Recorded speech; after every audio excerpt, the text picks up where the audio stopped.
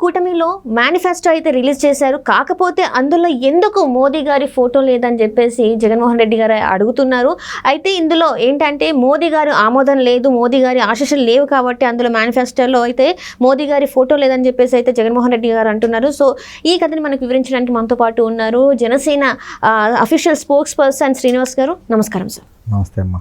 Sir, ఇప్పుడు చూస్తుంటే జగన్మోహన్ రెడ్డి గారు కొన్ని వ్యాఖ్యలు చేస్తున్నారు. ఏంటంటే కూటమి అయితే మేనిఫెస్టో రిలీజ్ చేసింది, కాకపోతే ఆ కూటమిలో టీడీపీ, జనసేన, బీజేపీ కూటమి, కాకపోతే అందులో ఏంటంటే మోదీ గారి ఫోటో లేదు.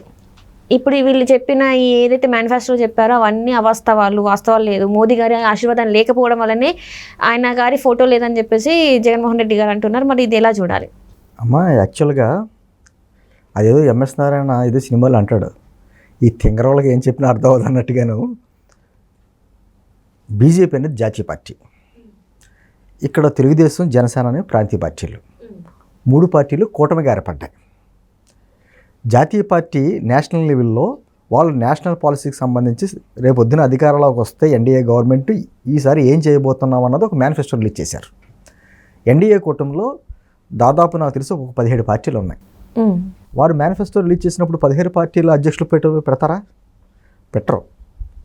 అలాగే ఇక్కడ ప్రాంతీయ పార్టీలుగా వచ్చినప్పుడు ఈ 2 పార్టీలు కలిసి మేనిఫెస్టో రిలీజ్ చేస్తే మేనిఫెస్టోలో అంశాలకి కేంద్రంలో ఉన్నటువంటి బీజేపీ జాతీయ పార్టీ వారి ఆమోదం కూడా ఉందని చెప్పడానికే పక్కన ఉన్నటువంటి బీజేపీ నాయకులు కూడా వచ్చారు కదండి. అక్కడ నిజంగా బీజేపీ వారికి ఆమోదం లేకపోతే సిద్ధార్థ ఎందుకుంటాడు పక్కన? ఆయన చాలా సింపుల్ క్వశ్చన్.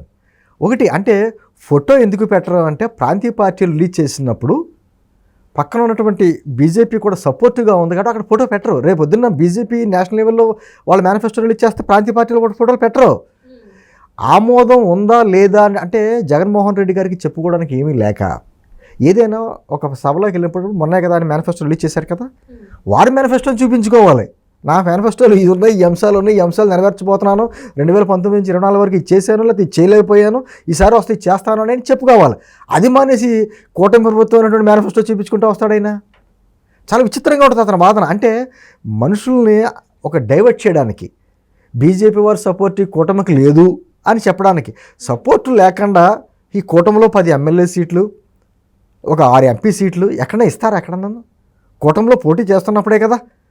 అంటే మేనిఫెస్టో విడుదల చేసినప్పుడు దాంట్లోని అంశాల వారీగా కొన్ని ఉంటాయి. రాష్ట్ర సమస్యలు ఉంటాయి, జాతీయ సమస్యలు ఉంటాయి. రాష్ట్ర సమస్యల మీద ఇక్కడ ఉన్నటువంటి ఇప్పుడు విద్య, వైద్యం, లేకపోతే రోడ్లు, ఇవన్నీ కూడా రాష్ట్ర సమస్యలు కదండి. ఈ మేనిఫెస్టోలో ఈ అంశాలు ఉంటాయి. అదే సందర్భంలో కూటమి నాయకులు మాట్లాడితే ఏమన్నారు, ఇక్కడ ఉన్నటువంటి ప్రాంతీయ సమస్యలు మా మేనిఫెస్టోలో పొందుపరిచాం, ఇవి కాకుండా జాతీయ సమస్యలు కొన్ని ఉంటాయి. ఇది పోలవరం నిర్మాణం కావచ్చు, లేదా రాజధాని కావచ్చు, కేంద్ర ప్రభుత్వం ఉన్నటువంటి ప్రభుత్వ సహకారం మనకు కావాలి కాబట్టి వారి సహకారం కూడా మనకు ఉంది అని చెప్పడానికే కూటమిలో ఒక భాగస్వామి పార్టీగా పక్కన కేంద్రం నుంచి వచ్చినటువంటి నాయకుడు పక్కన ఉన్నారు. ఇంక వీళ్ళకి ఏం కావాలి? ఫోటోలే కావాలి. ఫోటోలు లేవు, ఆ ఫోటో లేదు కాబట్టి వీళ్ళకి సపోర్ట్ లేదు, బీజేపీ సపోర్ట్ అని బురద చల్లడానికి ఒక పక్కన కలిసి పోటీ చేస్తున్నాం కదా. మనకున్న 175 అసెంబ్లీ, 25 ఎంపీ సీట్లు అన్నీ పంచుకున్నాం కదా 3 పార్టీలను. అంటే వీళ్ళకి ప్రాంతీయ పార్టీకి జాతీయ పార్టీకి ఉన్నటువంటి వ్యత్యాసం తెలియక కేవలం మా కూటమి ప్రభుత్వం మీద, కూటమి పార్టీల మీద నిందేయడానికి ఒక పనికొచ్చే భాగమే తప్ప వీళ్ళకి దాంట్లో ఉన్నటువంటి ఒక స్టాటిస్టిక్స్ కానీ ఒక విధమైనటువంటి దాంట్లో ఒక సాంకేతిక అంశం వాళ్ళకి తెలియట్లా. కేవలం బురద చల్లాలి. నిన్న చంద్రబాబు గారు మొత్తం అన్ని అంశాలు కూడా మాట్లాడుతూ కూడా చాలా చక్కగా చెప్పుకుంటూ వచ్చారు. ఈ అంశాలు మాట్లాడుతూ కూడా మేము చేసేటువంటి ఈ పోరాటంలో మా మేనిఫెస్టోలోని అంశాలకి కేంద్రంలో ఉన్నటువంటి బీజేపీ జాతీయ పార్టీ అంటే బీజేపీ సపోర్ట్ కూడా ఉంది, బీజేపీ కూడా ఆమోదించింది కాబట్టి అని చెప్పేది జరిగదా. ఇంకేంటి ఫోటోల గురించి మాట్లాడతారు అంటే యాక్చువల్గా కూటమిలో ఉన్నప్పుడు కూడా చంద్రబాబు గారు సూపర్ 6 అని రిలీజ్ చేశారు. వారి ఫోటో వాళ్ళకు ఉంటుంది. అదేవిధంగా షణ్ముఖ వ్యూహం అని చెప్పేసి మేము పెట్టుకున్నాం. మా జనసేన షణ్ముఖ వ్యూహానికి మా ఫోటోలు మాకుంటాయి. అంటే అంటే ఏ విధంగా చెప్పుకోవాలో అర్థం కాక ఉమ్మడి మేనిఫెస్టోకి విషయంలో చెప్పుకోవడం కాక నిజంగా కానీ బీజేపీ ప్రభుత్వానికి మేము విడుదల చేసిన మేనిఫెస్టో ఇంట్రెస్ట్ లేకపోతే వాళ్ళు అంటున్నట్టుగా మరి కేంద్రం నుంచి ప్రతినిధి ఎందుకు వస్తారు బీజేపీ తరఫున? ఎందుకు పంపాలి? అసలు పంపరే కదా. అంటే ఈ చిన్న లాజిక్ కూడా మిస్ అయ్యి అంటే ఏమి లేదమ్మా. సరే చెప్తున్నది ఏంటంటే ఏదో రకంగా ఈ అంశాలు వాళ్ళ మేనిఫెస్టో ఎప్పుడైతే తెలిపోయింది, ప్రజల్లో చాలా ఒక విధమైనటువంటి వ్యతిరేకత వచ్చింది మేనిఫెస్టో. ఇంకా సినిమాటిక్గా చెప్పాలి అంటే గుర్ర పందాలు ఉంటాయి. మాది రేసు గుర్రం, వాడిది కుంటు గుర్రం. ఆ కుంటు గుర్రానికి ఏం చెప్పాలో తెలియట్లేదు. ఇటువంటి కారణాలని చెప్తారు. నిజంగా కారణాలు చెప్పాలంటే నిజంగా ఒక పార్టీ అధ్యక్షుడిగా అతను సరే వారు ఇంత ఇస్తానంటున్నారు, మేము ఇంత ఇస్తానంటున్నాం, ఈ వ్యత్యాసం ఇది, మాది నిజంగా వాస్తవికంగా ఉన్నటువంటి మేనిఫెస్టో, వాళ్ళది కాదు, అటువంటిది అని చెప్పండి. దాని మీద డిస్కషన్ పెట్టుకోవచ్చు. అంతేగాని ఫోటోలు లేవు, ఈ ఫోటోలు కాదు అంటే కేవలం వాళ్ళు మేనిఫెస్టో మీద ప్రజల్లో తీవ్రమైనటువంటి వ్యతిరేకత వచ్చింది కాబట్టి ఆ వ్యతిరేకతను కప్పిపుచ్చుకోవడానికి అనేక కారణాలు. జగన్మోహన్ రెడ్డి గారికి ఉన్నటువంటి అలవాటు ఇది. ఏమలవాటు? ఏదైనా ఇష్యూ వచ్చేటప్పటికి ఇష్యూ డైవర్ట్ చేస్తాడు ఆయన. ఏదో రకరకాలుగా డైవర్ట్ చేయడం అతనికి మొదటి నుంచి ఉన్నటువంటి అలవాటు. ఆ అలవాటులో భాగంగానే ఈ రోజున తాను ఏది చెప్పుకోవడానికి ఏమీ లేక ప్రజల మధ్యలోకి వెళ్ళి మా మేనిఫెస్టో చూపిస్తున్నాడు ఏంటండి? కనీస జ్ఞానం ఉండాలిగా. అంటే ఇక్కడ తను చెప్పేది ఏంటంటే నేను చేసేదే చెప్తున్నాను, ఏదైతే నిజం ఉంటుందో ఇదే వాస్తవం, రాష్ట్రంలో ఇది మాత్రమే చేయగలుగుతాం, అదే నా మేనిఫెస్టో అని చెప్పేసి జగన్మోహన్ రెడ్డి గారు చెప్తున్నారు. మేము కూడా అదే క్వశ్చన్ చేస్తున్నాం. ఆయన ఏమన్నాడు? నా మేనిఫెస్టో బైబిల్, ఖురాన్, భగవద్గీత అన్నాడు.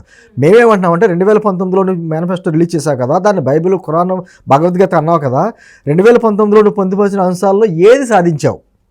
నేను 99% సాధించేసాను అబద్ధాలు చెప్పొద్దున్నావు. అది కరెక్ట్ కాదు. అంటే నువ్వు బైబిల్ని, ఖురాన్ని, భగవద్గీతను అవమానపరుస్తున్నావు. నువ్వు బైబిల్లో చెప్పావు కదా, మద్యపాన నిషేధం దశల వారీగా 3 దశల్లో నేను నిషేధం చేస్తానని చెప్పావు కదా, మరి ఎక్కడ నెరవేర్చావు? మద్యం మీద వచ్చే ఆదాయంతో నువ్వు ప్రభుత్వాన్ని నడిపావు కదా, మరి అది తప్పు కదా నువ్వు చెప్పింది? నేను అంటే 1-2 అంశాలే. రైతులకు నువ్వేమని చెప్పావు? నేను వస్తా 12,500 ఇస్తానని చెప్పావు కదా, నువ్వు ఎంత ఇస్తున్నావు? 7,500 ఇస్తున్నావు. 5,000 కోత పెట్టావు. అంటే ఆ విధంగా మోసం చేసినట్టే కదా రైతుల్ని. నేను వచ్చిన వెంటనే డిఎస్సి పెడతానన్నావు, మెగా డిఎస్సి అన్నావు. ఇప్పుడు కొంచెం 5 సంవత్సరాలు ఒక్క డిఎస్సి కూడా పెట్టలేకపోయావే, నువ్వు మోసం చేసినట్టే కదా.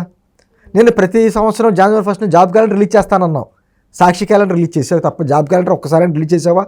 అంటే ఆ విధంగా నిరుద్యోగులు మోసం చేసినట్టేగా. ఏ అంశంలో నువ్వు, ఏ రంగంలో ఎవరిని నువ్వు సంపూర్ణంగా న్యాయం చేసావు? అంటే ఒక పక్కన అన్యాయం చేస్తానే మళ్ళీ అదే మేనిఫెస్టోని అంటే కొత్త సీసాలో పాత నీరు అంటారు, అలా కాకుండా అసలు పాత సీసాలోనే పాతసారా, అటువంటిది ఏమీ చెప్పుకోవడానికి లేదు. ఈ రోజున మేము గర్వంగా చెప్పుకోగలుగుతున్నాం, మేము వచ్చిన వెంటనే పెన్షనర్స్ 4,000 ఇస్తానంటున్నాం. ఆఖరికి ఏప్రిల్ నుంచి ఇంకా పెండింగ్లో ఉన్న ఈ 1000 ఏదైతే ఉందో ఆ కలిపి 7,000 మేము వచ్చిన తర్వాత జూలైలో ఇస్తామని చెప్తాం. అంటే మేము ఏం చేయాలనుకున్నాం అదే చెప్తున్నాం. వాస్తవకాలంగాను అనుభవం ఉన్నటువంటి చంద్రబాబు గారు ఉన్నది అందరికీ తెలిసిన విషయమే. నిజాయితీపరమైనటువంటి పవన్ కళ్యాణ్ అండగా ఉన్నారు. ఖచ్చితంగా క్వశ్చన్ చేస్తూ ఉంటారు ఏదైనా తేడా వస్తే. అంటే మేనిఫెస్టోలోని అంశాలు ఏంటంటే ఏదైనా ఇప్పుడు ఉన్నటువంటి సమస్యలను పరిష్కరిస్తానే భవిష్యత్తులో ఏం చేయగలమని చెప్పుకోవడానికి పనికొచ్చేదే మేనిఫెస్టో అన్నది. అదే జరుగుతుంది. అంటే కేవలం చెప్పుకోవడానికి ఏమీ లేక నిందలేయడానికి ఏదో ఒక వంక కావాలి కాబట్టి మేనిఫెస్టోను లేకపోతే ఫోటోలోని అంశాలు తీస్తారు తప్ప అంతకుమించి ఇంకేమీ లేదు.